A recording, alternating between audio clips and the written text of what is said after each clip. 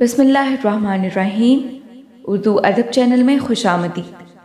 इमाम सज्जाद अलैहिस्सलाम के दौर में जब शाबान का महीना इख्तिताम को जाता तो आप अपने चाहने वालों से कहते कि ऐ लोगो, जाओ आसमान में रमज़ान का चाँद तलाश करो और उसे देखकर 21 मरतबा सूरत फातिहा पढ़ो और अपने लिए दुआ मांगो, क्योंकि मैंने अपने दादा और उन्होंने अल्लाह के रसूल सल्लल्लाहु अलैहि वसल्लम से सुना कि रमज़ान का चाँद अल्लाह की तरफ से तमाम मखलूक़ात के लिए रहमत का ऐलान होता है।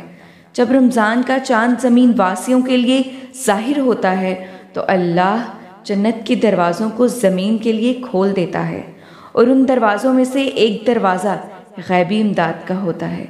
तो किसी ने अर्ज़ किया कि ऐ नवासाए रसूल, अगर हम बहुत तलाश करने के बाद भी रमज़ान का चाँद देख ना सकें तो इमाम सज्जाद अलैहिस्सलाम ने फरमाया, जब रमज़ान का चाँद ज़ाहिर होने की ख़बर सुनो तो अल्लाह को याद करके 21 मरतबा सूरत फातिहा को पढ़ लो और अपने गुनाहों की माफ़ी मांग के अल्लाह से अपनी दुआ मांग लो, चाहे वो तुम्हारी तकदीर में हो या ना हो।